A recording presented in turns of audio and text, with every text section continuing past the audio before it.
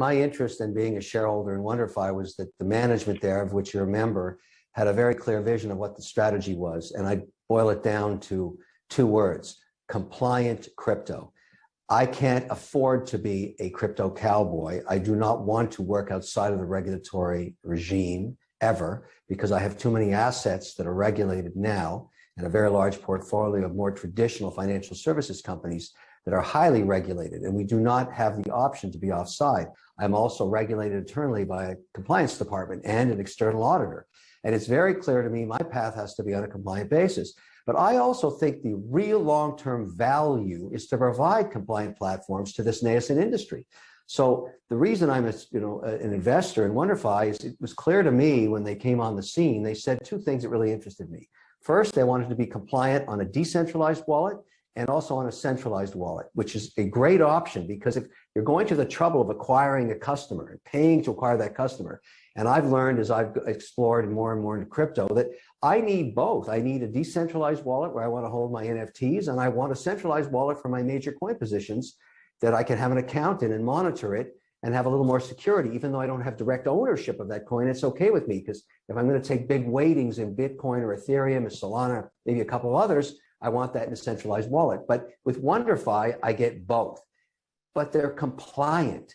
So the whole structure there gives me a tax, for example, tax reporting. I need that. I have to report to my own auditors. I need compliance, and I don't want to be offside. And that's what WonderFi is. It's compliant crypto. So I would argue for investors, if you want to own the infrastructure of the Canadian compliant crypto market, you do that through equity ownership of WonderFi. If you want to actually own direct positions, you can do it within WonderFi. Either open a centralized wallet through either Coinberry or Bitbuy, which are available now to you, or also a decentralized wallet on WonderFi itself. You get all options. And over time, I'm sure the management will make it easier and easier and easier to make the onboarding.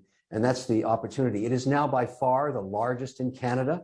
WonderFi has more accounts than anybody else. It's going to be very hard to catch up with them. The only way that anybody could catch up on a compliant basis would be if the management of WonderFi and its teams don't execute. And I'm betting they will. So I'm pretty happy in my position, and I think we're growing the business this way. As a shareholder, I say keep going. I take a view that I'm looking for long-term economic value. So on some of the more speculative coins, which are lots of fun, I don't really hold much of those, with the exception of Ethereum, because I'm involved in the cat DNA business, and Ethereum gives a portion of proceeds to cat shelters. So that's my fun, crazy chicken coin. But it's one that I'm just supportive of that industry. There's 110 million cats in North America, and I provide DNA services for them. So that's the reason I own that one. But the rest of the coins are more in the traditional flavor of Bitcoin, Ethereum, Solana, Polygon, Serum, Avalanche, HBAR. These are some of the positions I've got.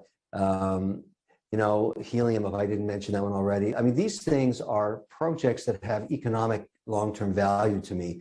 In addition, I own the equities, obviously, of WonderFi, Immutable Holdings, which owns NFT.com. It's also publicly traded in Canada.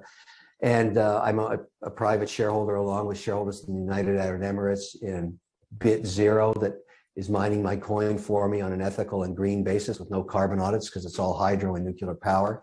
So, at the end of the day, I'm trying to take positions here that are very, very diverse and wait and see what happens. I'm very fortunate because a lot of these development teams, I'm able to meet with them personally. I met with the Polygon team, Sandeep, in Dubai, and I really liked what he was doing in aggregating transactions and putting them through Ethereum in one transaction instead of hundreds of thousands. It's really reduces gas fees. There's economic value there. But I don't know who's going to win. I'm also a shareholder in FTX and a paid spokesperson for them. So there's that. Big user of USDC. So I have a lot of different positions, and I manage them like a portfolio. I try and have diversity, and I keep an eye on what's happening. I try and stay au courant. But certainly for me, the most interesting right now is what's going on in Canada, most advanced regulator in the world. And Canada has an opportunity to lead the world in how we're building out this compliant crypto platform in WonderFi, Coinberry, Bitbuy. I think it's just terrific.